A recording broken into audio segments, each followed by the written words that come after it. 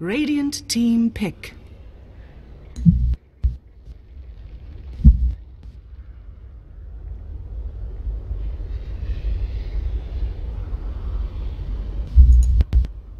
Hello everyone and welcome back to more BTS America's action here. We're in the semifinals. It's Complexity Gaming going against Team Imagine here, and it's in game number 2. Imagine already up one match. Complexity need a win here to stay alive. This is coL Guy for Beyond the Summit. I'm going to be joined by Blaze remotely here. Blaze, welcome back, my friend. Complexity, they got to be able to shake off that game 1 and kind of change their game a bit, and it looks like this time they're not going to have access to the Wisp, though. Yeah, it didn't work out for them the last couple of times. Maybe it's best they just do a bit of a change. Would you agree?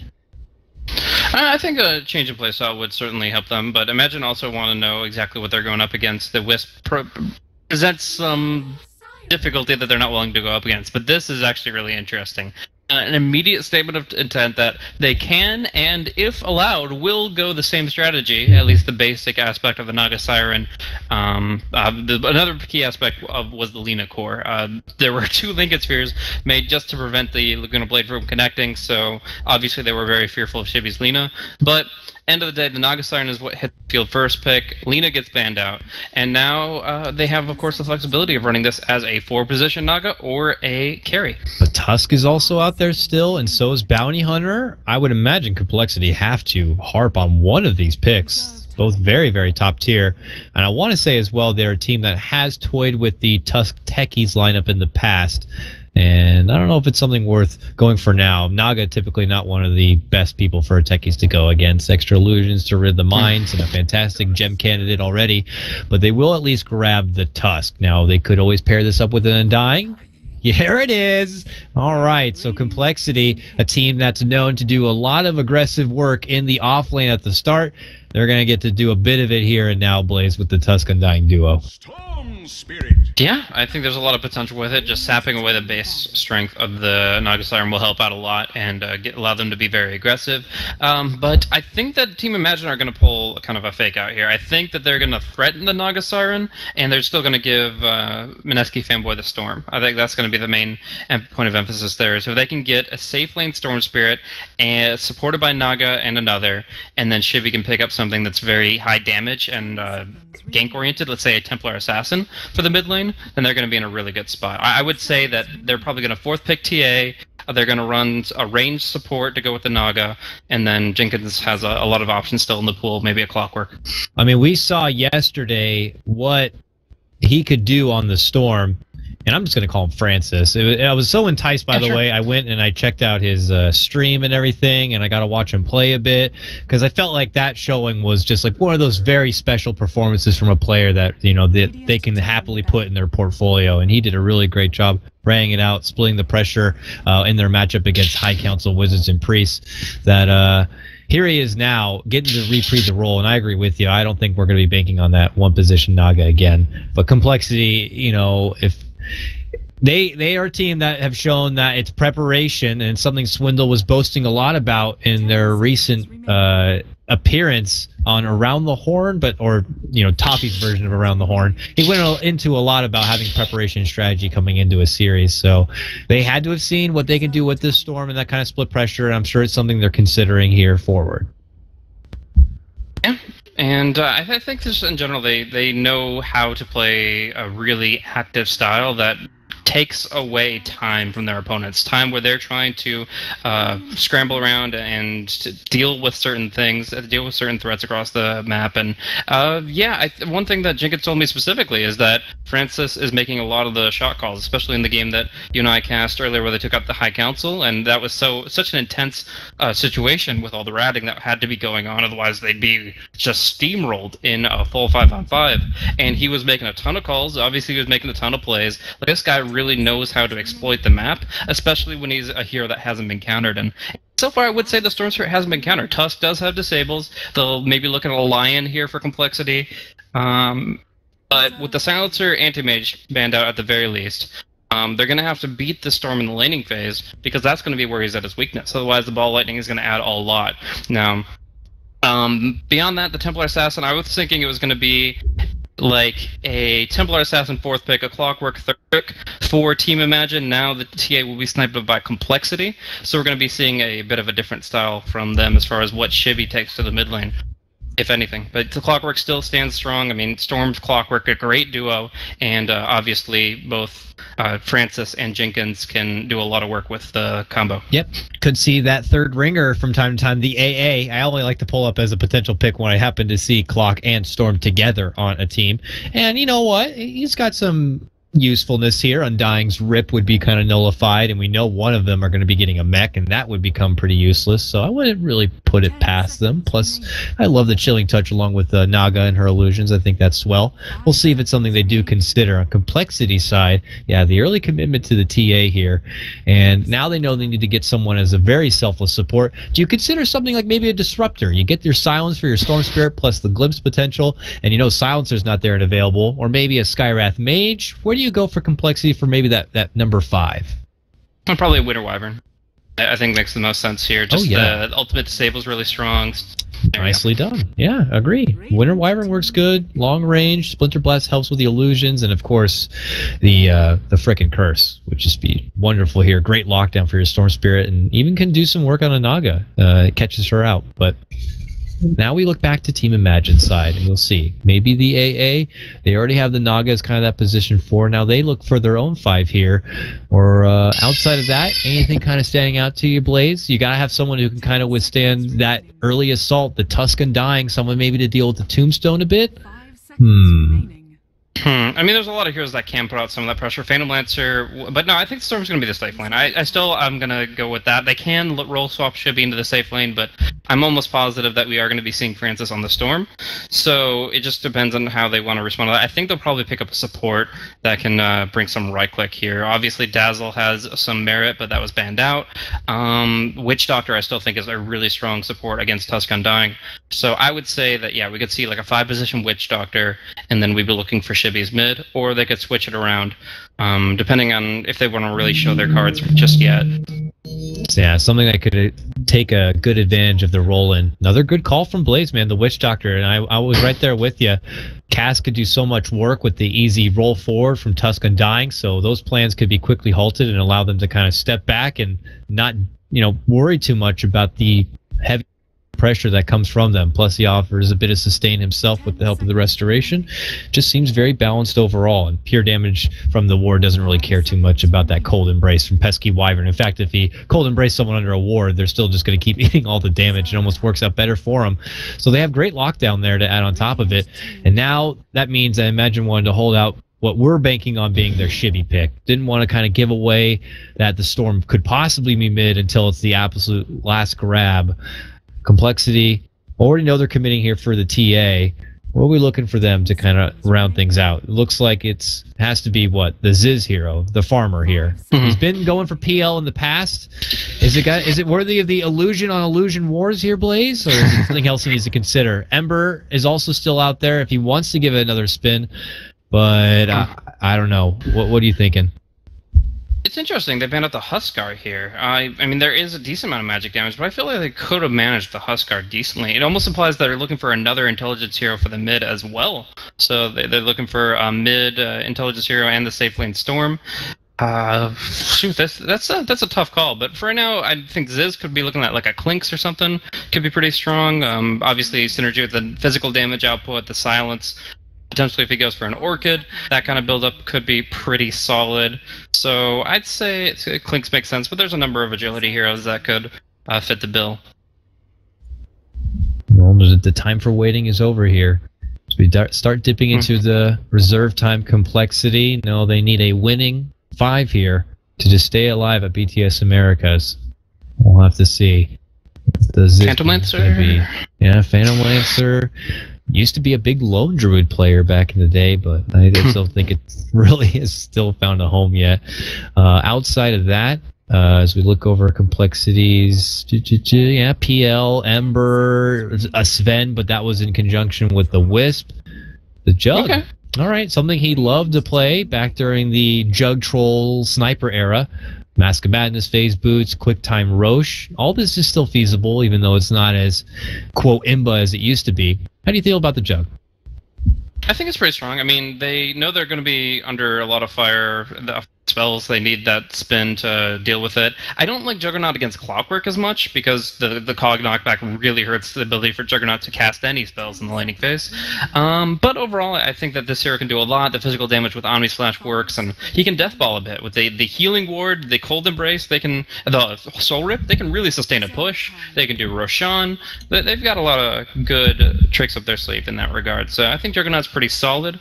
And we'll see what they can do with it. On the other hand, Imagine going for their last pick here.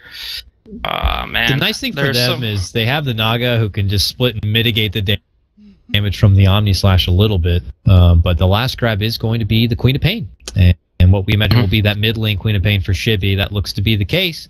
I'm curious if Complexity were kind of, onto that or not. I don't think so. They banned out Earthshaker for their last, so it it makes me think that they weren't so sure about the Naga. They at least, maybe they were more afraid of the Naga being core, and so they just banned with that mindset, even though they knew the alternative.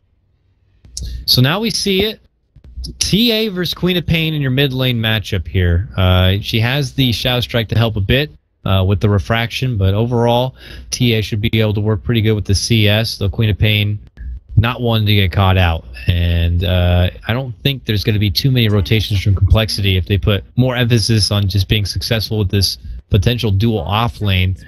I'm curious to see if the response would be down there to kind of prevent them from getting what they want, or they themselves moving out and applying their own bit of pressure on the other lanes.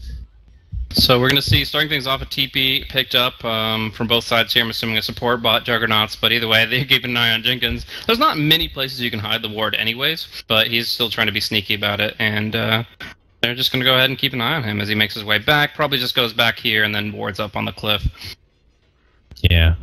Unless he's like, oh, I can go down the mid lane again and maybe find it. No, he's going to take probably your advice, and for now, just kind of scout out and see the rune, and there's going to be the ward going down. They come back towards the bottom side now, but look at this. Complexity have 4 ready to go, and we could see a head-on clash here. Quickly the pings go out as they are scouted. Noosh looking to retreat and run away. And coL are not going to be able to get the catch onto any of them. Do they have wards on hand, though? Where are Complexity's wards? They don't have any right now. It looks like... Did they already plant them? There's one up top that they already planned to see if the offlaner was kind of walking on over, but where's the other one? Am I missing something? I mean, you don't have to buy a pair, so maybe he just bought one. Just one ward at the start of the game? That's unheard of in Dota. Oh. Never been done before in the history of Dota. Yeah. But, I mean, one thing to mention is that it's really important for the Tusk and the Undying to both be tanky. I've seen, like, fluff and stuff running Undying with, like, full consumables, but when I play Undying, I look for, like, at least a Stout Shield, if not a Magic Stick, to really at least stand a little bit in the fray and to survive a little bit better. So it seems like they're just getting a little bit greedier. One ward will do for now. They'll probably pick the other one up pretty soon. Let's check the shop. I should have done that earlier. No, they do still have an Observer ward. Yeah. It's just hiding out somewhere. It's bought now. It just got on the courier and it's heading out, so they wanted to wait a little bit. There it is. Way2's going to be snagging it on up, and they'll be able to at least get a little bit of vision here on the bottom. Definitely on the rune for sure, so he'll probably put it right up here on the cliff side. So at least the center will have a little bit of attention on where the rune's going to be popping up. And they make some sort of adjustment. It looks like possibly Soblaze. Shibby's now back on the bottom lane, and they put Francis on the mid lane for a storm. All right, so it seems to be apparent that they're more comfortable with the matchup that is present here. Oh, actually, no. There's a better reason for it. It's not even because the Storm is better in mid. It's because the Queen of Pain is one of the best heroes against Tusk. You talked about Tusk techies. My favorite counterpick is just a safe lane solo Queen of Pain, where essentially she only farms as much as an offlaner would, but she is able to survive everything that's thrown at her. Level 1 Blink, counter Snowball really hard. Oh, yeah. Huge range, and there's no way the Snowball would be able to catch up, and it's a very good point and something that I imagine have recognized and are adapting to already. Mid lane, early harassment comes out from your Wyvern. He just goes right to that first Arctic Burn, which, as we all know, could at least do up to about a half of your life in damage if you're able to catch all the shots here, which Way2 pretty much does. Now eat a tango, head backward towards the top lane, and we'll just hope that Swindle will just get the benefit from that early start. And you can already see it. 6 and 4 CS to Storm's 1. He gets that head start, and we'll see how long he's going to be able to hold on to it. Observer Ward already on the Radiant Ancients, so this is our Dire Ancients. So this is going to be for 7 full minutes unstackable, which is a huge aspect of TA's progression. I mean, some TAs even skill for this just to make sure that they can farm those Ancients with a ton of Cyblades. And Swindle's unfortunately missing on last hits on the mid as well, just uphill. So a lot of things going against them right now. But top lane, they might still get the first blood. They need one more hit. The movement speed isn't there. Yep. Oh, he even walks back to the back end and gets bumped by the cogs, which forces 2 extra tower hits plus the mana gone. I think Jenkins has got to be pretty happy about that, but he will have to go through his salve.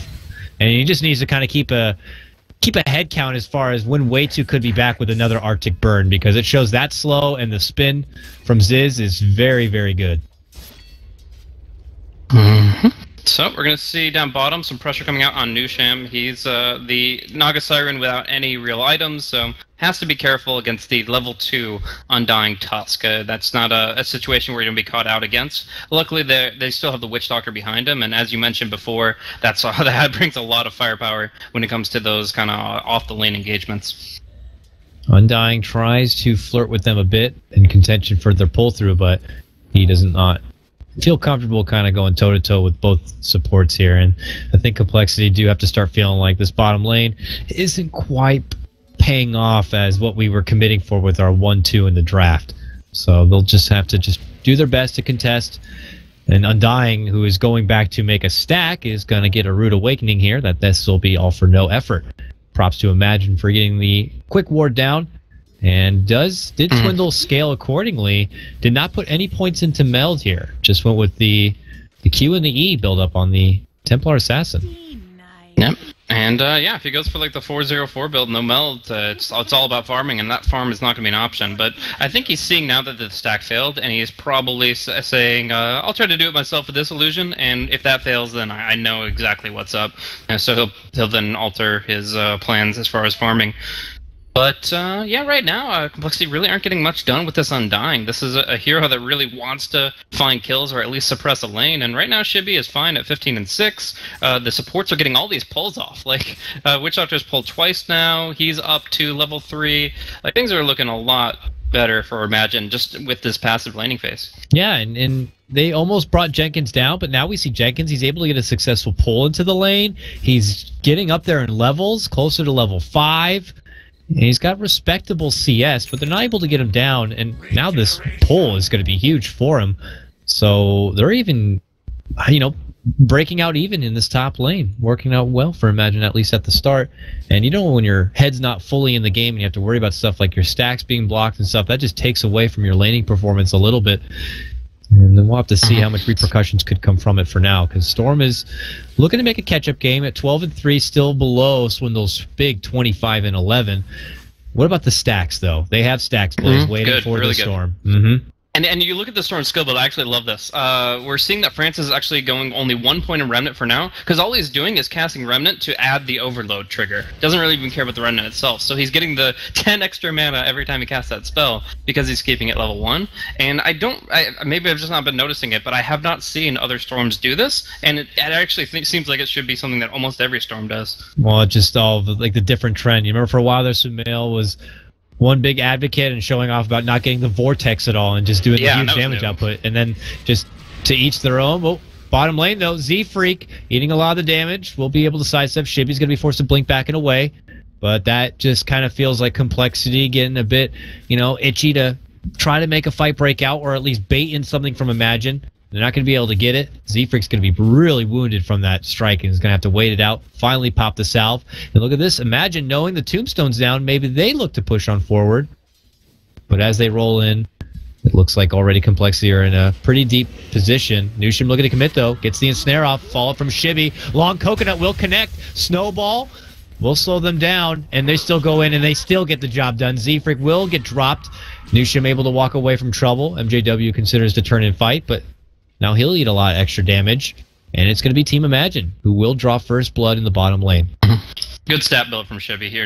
Double null tally, going for the treads, probably Ags next, and he just gets so much raw HP that it's extremely difficult to take him down without putting pretty much everything on top of him. We are seeing Francis doing some really good, efficient farming of the jungle, not hitting the big stack just yet, but just clearing out the mud golems, and then moving on and getting the haste runes. So he's still trading actively. He's finally hit level 6, which is obviously the most important thing for a Storm in the laning phase. But I'm curious actually how he ends up building. If he goes for the Bloodstone opener, if he finds value in the Silence. I think Silence is pretty good against Juggernaut, so maybe the Orchid will be the pick. I'm curious as well if there's going to be those kind of opportunities when he can get catches with Orchids and quickly take them out. If Complexity decide to be more of a unit when they move through, which could very well happen when you have a Tusk on your team, then maybe that solo pick potential might not be there. So I could see a reason for both sides. Just whether when he decides to make a commitment to either the Soul Ring or not, for now just makes his stack even bigger. It looks like he's got a buffed up wand on the way. And he'll start with the basics for now. We'll check back with Jenkins, who's starting to get closer and closer to that level 6. Still needs more time, though, as he get about 600 gold. But now it's going to be bottom lane, where we might see a retort here from Complexity. Way2 makes the rotation down. They have a smoke, and they start rolling deep here in hopes of maybe getting Shibby or catching out a little support, making a pull, or maybe finding someone jungling. Will they find anyone? We'll have to wait and see. I mean, the Storm's still going to be sitting here for another good 10 seconds, so they actually should be able to get the snowball here. They're going to be moving right to it. They'll see the smoke break. They'll know, and should wait. Nope, going right in, right on to Nusham, and he's actually going to take the brunt of it. The problem is, although the Storm doesn't die, it looks like the stack is going to go against him, so that really bites. Swindle is happy to claim this one for himself, and if Francis doesn't leave it alone, then he's going to be in for some trouble. He's like, no, but it's my stack. I got to get something out of it. And he still waltzes in and does manage to look like get a couple of them. And Complexity just take what they can and run. It's funny because if they try to snowball him, he can actually just go to the cliff, and then they'll be stuck on the cliff. So they actually couldn't really push or pressure him too hard anyways. You're right. A little bit of that Moscow 5 action that we saw way back in the day. Here we go. They're still, though, having Swindle adventure away from his mid lane here and just have Way2 kind of soak up some solo XP, and they'll just kind of take whatever remaining stacks are in the jungle here with MJW kind of being his bodyguard. Yeah. This is probably Complexity's first really big movement, though. This actually sweeps away a lot of what would otherwise be guaranteed farm for Imagine. So Complexity are striking back pretty hard just in the farm game after that rotation. I really like that. Tusk is about to hit level 6. Clockwork is just already there. So I think those guys getting involved in the fights is going to make things a lot more interesting. Yeah, I'm curious whether that spark is going to start flying here at the bottom with MJW getting his level 6 now, and then we'll force out this Jenkins to rotate, which he doesn't have a TP scroll yet, but actually is considering heading towards this mid lane. Nah, it looks like he'll double back for now. But look who's on the loose here. MJW and Z-Freak. Moving away. They're going to be able to scout them out. Moving back in. So Nusham will pull back and away. Alright, just Complexity. Just feeling like they got a bit of a better position here once the level 6s come on. And they're starting to head towards this mid lane blaze. They want the Storm. There's going to be the trap. He's able to jump back. And no, they're just going to try to keep him back in focus and set on the tower, even committing a tombstone. They really don't want him to deny it, and they are able to grab it. Swindle will get the last hit. Do Imagine converge? It looked like Jenkins was going to head that way, but they decide not to and just let them take it. Nah, it seems the best that way. I mean, the Juggernaut's already putting a lot of pressure on the top anyways. I really like Complexity's staggered attacks. They literally just made it 2 hits from death, and were as patient as needed to make sure the Storm didn't grab it, because otherwise a ball deny would be very frustrating for Complexity. They are patient, they tombstone, they get the tower, and I think they're going to get some key items out of that. Desolator for the TA, Mask of Menace for the Juggernaut, that's going to be allowing them to do a lot. But here, I think they're going to try to defend the top, or at least get the deny guaranteed. Right, leading with a good hit on the Z-Freak. Ziz is like, sorry buddy, see ya! Got the tower! And he's gone. And it'll be a quick pick, taking out just the little, very, very selfless Undying. And immediately going bottom to farm. Ziz is really just going to be putting himself up there as far as building up net worth. He's right now second place to his own TA, and yeah, I expect some pretty big items to come out of him too. But meanwhile, 4-man movement up top. No hook shot, so they don't really have great initiation, but they should have enough just raw damage to bring this tower down before Complexity get too much down bottom. And they know, oh, this is because Juggernaut TP too. Ziz can't do anything top, and so they're just going to go ahead and take up free. Radiant's No song yet, unfortunately, for Imagine in case the rotations do come. And on cue, one pops up. Interesting. Right into a snowball here. And Z-Freak then is going to drop the tomb. They roll in for Jenkins. Cog's going to go out. MJW relocates here, but oh, they do move in. Big sonic wave, and they quickly take out both MJW and Z-Freak. Now it's Swindle. Considers going toe-to-toe here. Gets big damage onto Storm. Tries to stay and fight, but now everyone looks to converge. Way 2 has now shown up. Still not level 6 for him. He is so damn close, but can't quite get it. Tower is going to get denied bottom, it looks like. Or no, Tower's going to be taken down bottom from Ziz all the meanwhile. But when the dust settles, Imagine take out 2 and lose nobody. Yeah, they made some really good movements there, especially Jenkins getting the early TP out. They probably shouldn't have wasted their time with the TA without detection. There's no way you kill a Mel TA in that situation without it. But no, they make the better trade, even though the Juggernaut does finish off that tier 1. Now Ziz continues to farm up, comes across a nice little sweet double stack, and will proceed to take it down. He's being pinged out currently from Jenkins. He'll see if he can cross paths. If he can stay near the creeps, he won't have to worry about Jenkins. Oh, God. Now he's got to turn back the other way. He does go down. Ziz is looking to TP away. No, it's canceled. I don't know why it got canceled. The slippery plays just bounced from one target to a next. It's a virus. Oh, God. Now they move in. They're going to get the uppercut. Witch Doctor gets annihilated. Oh, man. What a slippery slope. But Complexity will take down 2, but they lose. There's his Juggernaut. What the hell happened there? He literally just didn't. He canceled his TP. I'm assuming he doesn't have that one option where you can make it so that you have to actually submit a stop command to prevent. I guess it's just teleports. It's other channels you can stop, but it's like I don't know. One way or another, that TP was not interrupted. He did cancel it. That was a big mistake, and it cost him his life. Of course, you can also say that Jenkins did feed their bet by not gluing to the Ancients when they were pretty much his safety net. Yeah, I was like, oh, or the creeps, just get right in there, drop the cogs, and if he omnis, it's still plenty of time. And I know, unless he has the worst luck on the earth, he'll be able to soak up the little bits of damage that come, and the team would be able to converge. But it didn't work out that way, unless they still get their jug. And Complexity go right into the pit here with Swindle, and that Desolator do work. Very low. Song, those coming. And that means this Roche can be cleaned up quickly. They're just going right onto it. Huge. They didn't grab it, though. They got it now. He picks it up, and immediate death. They get a big Winter's Curse. MJW is going to go right for Nusham. Your Naga's going to be able to wand up, but is barely alive, trying to run away from the zombies. It looks like Francis is going to be able to go up to the north. Ball lightning away. Shibby will also blink out from trouble. They will be able to move in, take the Roche, snag the Aegis, and make it away, only losing their Naga. Really solid stuff there. It looked dicey for Chilanqua because he got hit by the Meld Strike and then a double crit from the Juggernaut, but he still gets out with his second life. And the song is obviously a big commitment, 3 minutes, but I would say that's definitely worth it to break out that Aegis momentum. Now we're going to see Witch Doctor trying to hold the line, Death Ward coming out, and the Snowball's not targeting him.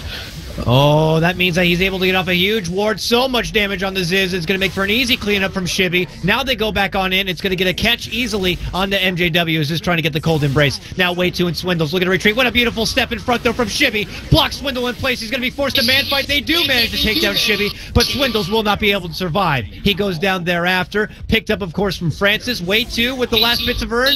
Comes back in for a bit of help, and look at Z-Freak go! The zombie has been unleashed, and he is just plaguing through the whole team. Rocks down 2, going for the triple, and he gets it done. Nice. The undeniable beast. Look at all the decay charges, just muscles his way through. Look at his gold. And he is 3.2K. He went from near lowest net worth in the game right up to the middle because of that alone.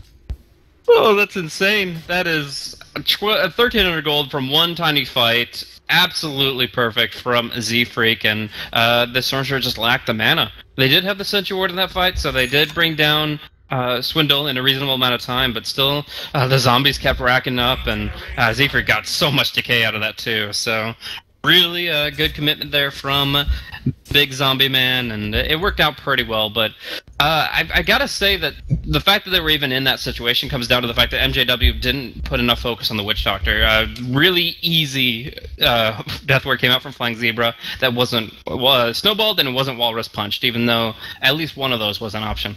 Yeah, it looked like he committed for the snowball earlier, even though the first thing that led out into the fight was the TPs to drop and then Witch Doctor putting out the coconut. And I guess at that point you could wager to make the go onto him, but Bottom lane's where the snowball goes out. Still catches onto the Storm with a smaller jump, but now they like to turn back onto him. There goes the tombstone. And quickly, Francis says, I do not want to go for that again. So what did Z-Freak end up picking up? Look at this. Double Oblivion Staff. He's going right for an Orchid. He hates the Storm Spirit and does not want him to be able to get away. Yeah, if anybody can punish it, I mean, that burst of gold, that surge of gold is going to allow them to, and although it is very weird to see that, in fact, it might be the first one ever, it is going to be a very effective item this game. The Storm Spirit is nowhere near his BKB or Yule's because of the fact that he's still working on the Bloodstone and will be for some time. This Orchid is coming out at a very surprising time because of all that kind of comeback gold density just falling on his shoulder. I guess it's not technically comeback gold because you look at the net worth graph, they've been in advantage this whole time, but he's still getting a huge burst when he would normally be in destitute thanks to being a 4-position support. So yeah, Orchid Undying before 17 minutes. Don't see that every day. MJW just kind of strutting confidently in this top lane like he's got an easy lane to work with here, but he has no Blink Dagger, and he just used Snowball. So here goes Shibby. He's like, hey, no problem. I'm going to jump in there. Quick little Shadow Strike. Jenkins comes in like a trapeze artist, smacks him on the back with a hook shot. They trap him in place, and MJW will go down. Just what feels like an effortless gank movement here from Imagine, and they're going to be able to punish the Tusk, but Complexity try to balance out that aggression by now moving down this mid lane. They have Z-Freak smoked up with that new shiny Orchid, ready to go. One out of place Francis Storm Spirit, and he'll be in for a rude awakening.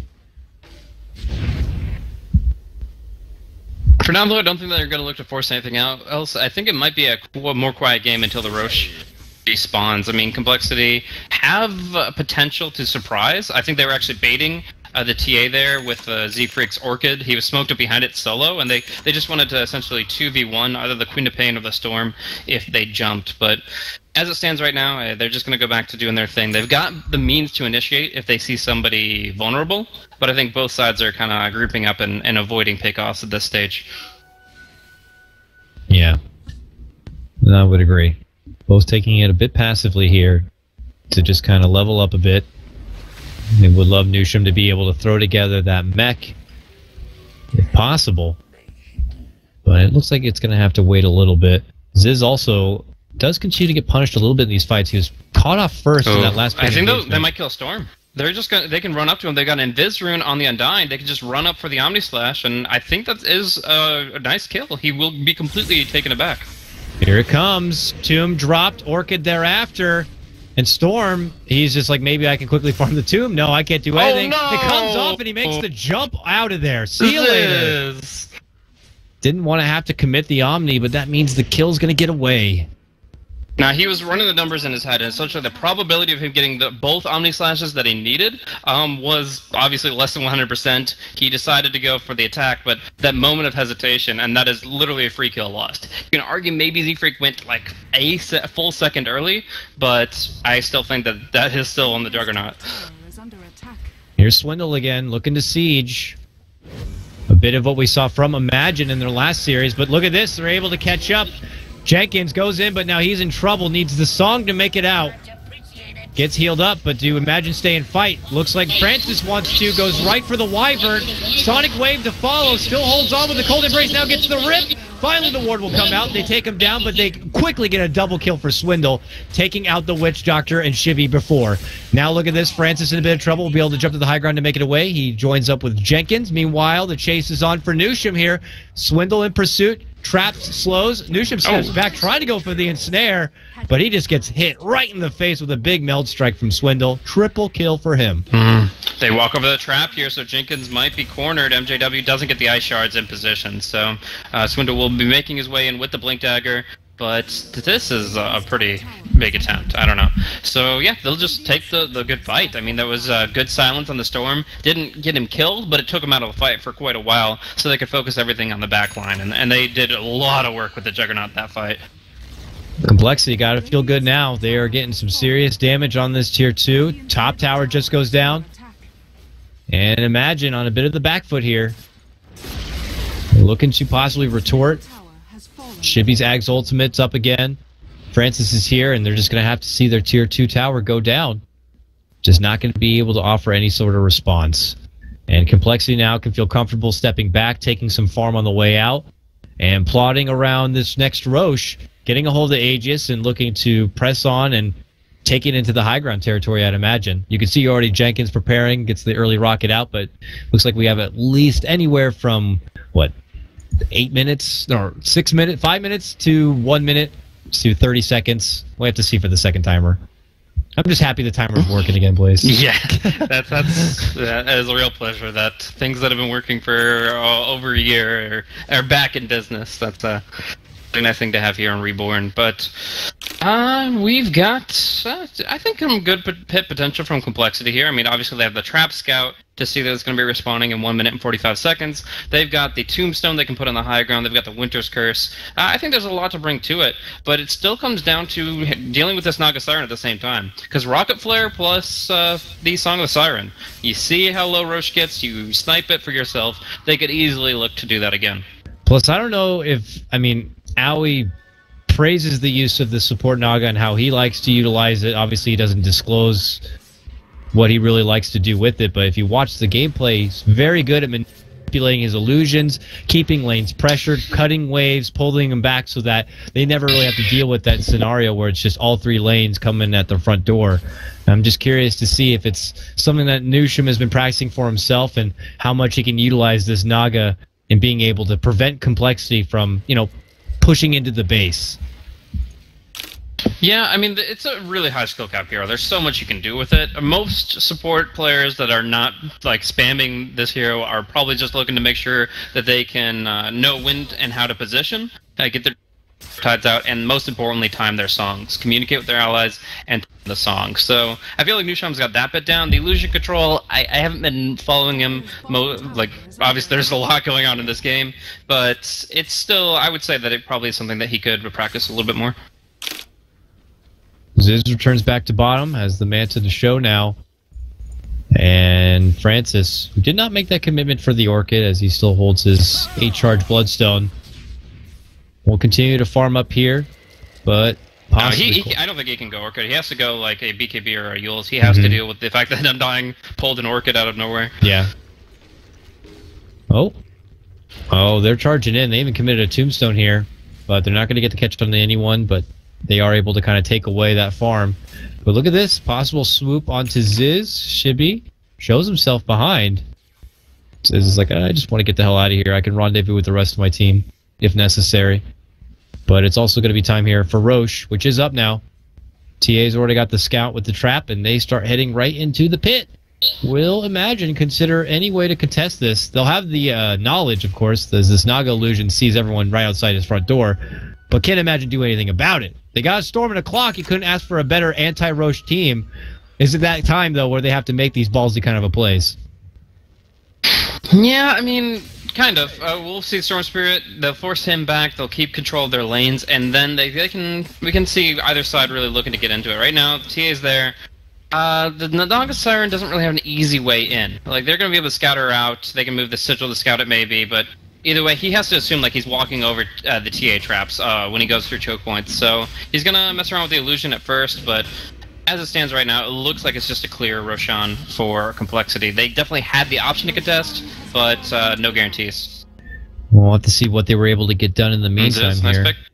Yeah, are able to get the Electric Vortex jump there on and nuke down the Juggernaut.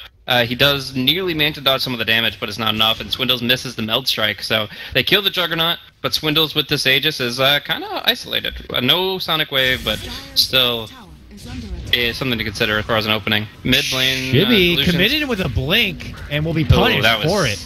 He thought he was going to be able to get a grab on Swindle, but Swindle was just slowly drawing him closer in, and they just saw him blink and commit, and they just quickly turned on him at the drop of a hat, and he gets punished for it. So that early pick on his almost gets kind of canceled out now that Shibi hands himself over. And baited a little bit there. That was kind of a serious misplay, but he saw two in mid. He thought that they had more likely the tusk behind them than the TA, and he might have been thinking that Swindle was getting a little cocky, tried to put him in his place. Ends up getting put there instead. So we see Storm now finishing up the Yules. Francis will at least be able to break the silence, but I'm curious what else he's going to be able to accomplish, just moving about the map. Is he gonna? Do you think he's back online the way that he was before Undying suddenly got a Yules or a Orchid, or do you think he's still gonna be struggling a little bit in the fights? I don't think he's back in at least a comfortable position where we could see kind of that Storm play we saw in their last series. Oh yeah. But it's making steps, and he's obviously playing passive enough where he doesn't want to just carelessly give away even Bloodstone charges. He's been very hesitant about what kind of commitments he wants to make. You even saw it there on the bottom. If they both were gung-ho about making a go onto Swindle, he probably would have made a committed jump in, but even he was a bit hesitant on that front. Now, being able to kind of stop Complexity at this point, I certainly don't think he has the tools necessary. Complexity, you got to be recognizing that, and that's why they're over here, right outside the front door of the Imagine base. Because any more time goes on, this Storm will be able to get those tools, and could be a problem eventually. Yeah, all he really needs is Lincolns, I would say. I mean, we saw what he did with Tusk against Demon the other day. The Wyvern, obviously bringing the Winter's Curse, single target. You can technically Splinter Blast and then Winter's Curse, but the projectile makes that less likely. Oh, nice Storm play here, just gonna get some good creep clear, getting some damage in, and Chibi will follow suit with the Sonic Wave. He also got the quick hit on the ward, taking out that from Jug. Tomb's gonna go down. Tier 3 still stands, Whoa, barely. that Glyph, though. Complexity are really happy about that Glyph. Yeah, Glyph is going to be down now. Do Complexity recognize that and keep the push alive with the Raxes now exposed? We'll have to see. Though everything is up for Imagine. How good is their high ground here? Song is up and ready to go. Witch Doctor Death Ward at the ready. And they will have another Storm Fountain TP jump if necessary. But Complexity don't look like they want to have to depart quite yet. Maybe feeling like the game is in their grasp. And now they have a BKB, perhaps just waiting for the BKB to come on. Yeah. I think they even hasted that out, because that's really important to get out quickly. Yeah, they used the speed burst. We're going to see more Sonic Waves and more harassment, but really no full commitment from either side. The silence can be used, and it will be because the snowball's following. Uh-oh. coL don't want to be pushing in too deep when they're not ready yet. Swindle still has yet to kind of get that BKB on hand as it waits him back. He needs it for a second life anyways, so he shouldn't BKB for his first life unless it guarantees a kill. They're going to get the hit with the coconut. Swindle continues to just hit the racks here. Imagine just waiting out their time, quickly trying to rid of the creeps so they don't get too much free time to chop at these racks, but Ziz starts going in. Jenkins moves in. Ghost Scepter will step back. Now with a little bit of space, he tried to make a go onto Ziz here. Will be forced to Yules after the silence. Comes back down, will jump away. Jenkins moves in. That's Zombies, be kill the Tombstone. Kill the Tombstone quick. The Death Ward, though, it's a bit of a confrontation between the both of them. So that means the Death Ward is not going to be a big factor, if any at all. Get the pullback on the MJW, and now it looks like Francis is going to have to hide on the sidelines of the trees here. Rax is still standing, however, Foreman. Oh, what a big heal on MJW. They get the catch on the Storm with the big Winter's Curse. He's going to be forced to buy back. Now comes in from the fountain. One Rax does go down. Still can't take anyone from Complexity down yet. Zfric's going to get the kill, and that's going to force out a buyback from Jenkins. Now they get the move on in. Swindle, big right-click damage is going to annihilate the Naga, and now they're going for the last Rax here at the top lane. They'll be able to get it. And Imagine already dipped into those buybacks. This is their final potential defense. If Complexity come out with another couple of picks, that could be the end of the game, but it's going to be Imagine who get the first grab, taking out MJW. Now they follow up. They're looking to go for Swindle. Swindle, who still has an Aegis, eats the Sonic Wave. Good damage across the board. There's the rocket. Swindle, maybe considering just losing the Aegis here. Actually, will get healed up. His Aegis is gone. It's now expired. Oh, no. He sees that, and they pull away. Yeah, and that's unfortunate because they were actually looking to continue committing. If the Aegis heal came into play, MJW's buyback makes a lot of sense. He goes in, he is able to TP to the tier 1 and just keep running to fight at the base once again. But instead, because they don't get the Aegis, they waste the buyback of the Tusk. That's resources he won't have for the Guardian Greaves or whatever. Blink Dagger will be good too. And yeah, we're just going to be seeing Complexity at least holding on for now, but still overall a really great exchange for them getting that entire top lane, getting the buyback of the Storm down to 7 Bloodstone charges. And I just feel like this game has really been defined by the fact that the Undying got that one big team fight, that one giant resurgence of gold. Oh, yeah. Because that cut the Storm's momentum in half. He didn't really do much for the next few fights. And then now he doesn't have the Lincolns. And that's a huge aspect when you're dealing with this Winter Wyvern and pretty much him being the counter pick in its own right. And you could just see them all begin to swell up so much from that successful top lane push and how much gold was gifted to them from the racks. Way 2 now sports a blink dagger on his Wyvern, so that Winter's Curse setup. And we saw how much work it did in that top fight. Now makes it so much easier to get the setup. Ooh, Swindle committing in, but Storm walking back out the other way. Swindle, who had already had the MKB, didn't even have to use the Black King bar yet, so still holds 7 seconds on that. And for Ziz, he's got a Basher now. So the Abyssal Blade lockdown. It's going to be very scary for even Storm to do like casual fountain long jumps into him. Unless he's able to somehow, shrug off an Abyssal, a Winter's Curse, an Orchid. It's going to be very scary. He has the tool to deal with the Orchid, but he still doesn't have the tool to deal with the Winter's Curse, especially now that there's a Blink Dagger on Wave 2. I feel the fight needs to start with Imagine killing off the Winter Wyvern before he actually gets his ultimate off, and that's really difficult, but they don't really have great control. So we'll look for it, but it's going to be really a tall order, and I feel like Complexity are just really getting their feet underneath them at this point. They've got the Crimson Guard on the Undying. I can just pop that to really help the durability of their team. I don't do anything against the Death Ward, but it still is a very powerful durability item that will just take away most of the damage from any right-clickers. Swindle able to quickly take out the creeps at top. Means that the pressure will continue to mount here as they make a go into the mid lane. Tombstone already committed. Storm Spirit trying to push out the bottom lane will be TPing back now. As Tier 3 goes down. Swindle moves in. Looks like the Ghost Scepter going to be forced here from Zebra. Doesn't want to eat too much from Swindle. Now's the song. This could be it for Imagine. They got to get the Tombstone down quick.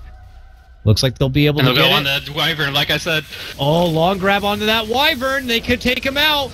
Now, so much damage, though, from Swindle. Almost takes out the Storm as an exchange. But look at this. The couple of others moving back into the base here, looking to go for Zebra. Zebra gets off a good cask. Now stuck between the 3 of them. Imagine now split from both sides of Complexity. It looks like they will be able to hop into base, but Swindle continues to siege. That's 1 racks down. This is going to be the 2nd. Imagine might not have much say in the matter. It could just lose regardless. Oh, Sonic Wave shrugged off with the help of the Crimson Guard from Z-Freak. They will take the zombie down. Makes it 2 down from the side of coL. Jenkins walking forward. Needs 18 seconds for a hook shot. Storm needs more mana if he wants to chase. And they're getting slowed down from that Sigil. Now they're eventually going to be able to move in. They get the Yules on the Swindle. Swindle pops the BKB and starts manning up on the Shibby and takes him out. Jenkins is going to go down there next. And that could be the game. Nushim is going to be dropped there now. Double kill for Swindles. It looks like Complexity might be able to walk away with a Game 2 victory. And there it is. Imagine have raised the white flag. And we're going to be going to a Game 3 for this semifinal matchup of Imagine and Complexity. Yeah, I mean, Imagine played that last fight as ideally as they could. They took down the Tombstone with the song, they waited until that got placed, and they immediately won the Wyvern, essentially taking the Undying and the Wyvern out of the fight. Undying still, of course, has his Flesh Golem, but for the most part, he's not contributing this on the same level that Tombstone. So, taking out those 2 was the best way they could start the fight. The problem was it wasn't as clear-cut. Storm lost all his HP in the process. And, yeah, he almost, if he could just get a little bit more farm, 2k more gold, he has that Orchid, then the Wyvern kill is easy. Instead, it was very, very hard. And then that 10-second BKB came out from the TA and pretty much stopped the Pain from getting to use the Hex. So I feel like